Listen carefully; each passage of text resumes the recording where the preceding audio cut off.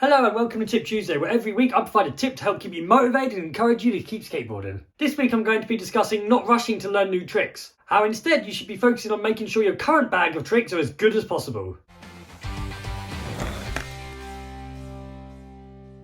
So from my experience, I find that the kids that I meet, they all want to learn new tricks as soon as possible. They want to learn it quick and progress fast. They don't want to be a beginner for so long, and they feel if they learn new tricks, they'll end up being more experienced. But as soon as you learn a trick, should you really be jumping onto learning a new one straight away? What's wrong with just enjoying a new trick that you've learned, practicing it as much as possible to improve your consistency and get it looking as great as you can? You see, style matters. More on that in another video though. So let's say you just learned kickflips. You're really happy that you're doing them, and that's great, don't get me wrong, but you're doing them at a slow speed or stationary, and you're still getting them with a bit of a sketchy landing. And this can be for anything, not just kickflips, but I'm using kickflips in my example. If this is happening to you and something that you just learned, then you need to be putting in a lot more time in trying to perfect it and get it better, not jumping on to learning something new like the hill flip. But then let's say you are doing kickflips, you're doing them at good speed and you're landing them nice. However, there's still a few questions you should be asking yourself. Can you land 5 kickflips in a row? Can you kickflip off a curb? Can you do a kickflip to fakie on a ramp? See, just because you can land a kickflip does not mean you've mastered it. And it's so much better to work on mastering a trick than rushing on to learning a new one. You see, I don't want you to be like me. I want you to put the work in. This is for kickflips.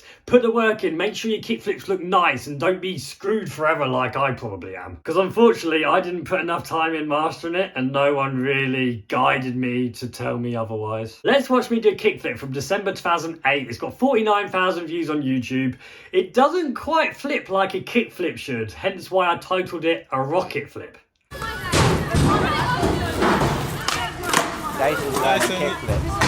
So I did land that kickflip. It would count in a game of skate, woohoo, but there wasn't much style going on. It didn't look very good. It went really vertical, and that's not how you want to do your kickflips. And just quickly, that's not how I generally do kickflips, but it's just the way it turned out in that one clip. And I thought it was quite amusing, which is why I put it on YouTube. Also, did you notice how I had to do a kick turn afterwards to keep my balance? Yeah, you don't want to be doing that after your tricks. So over 12 years later, I'm still putting work in to try and master my kickflips. But it's a lot harder for me now to find the motivation to practice them. But I would definitely trade in some of my technical flip tricks if I could get a kickflip that looks as good as the one Nick Tucker does that you're about to see now.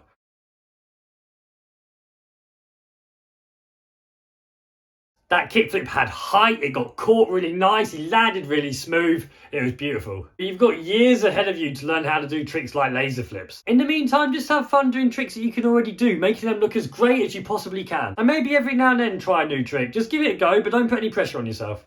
Alright, that's it for this week. If you enjoyed the video, then you might like my tip from last week. I was talking about not skateboarding in the rain. There should be some video popping up by my head right now. You can click to watch it. And if you haven't done so yet, please do subscribe to me. I'm working really hard from 2021 onwards to make sure this is a really great channel for teaching skateboarding. And as always, keep on skating!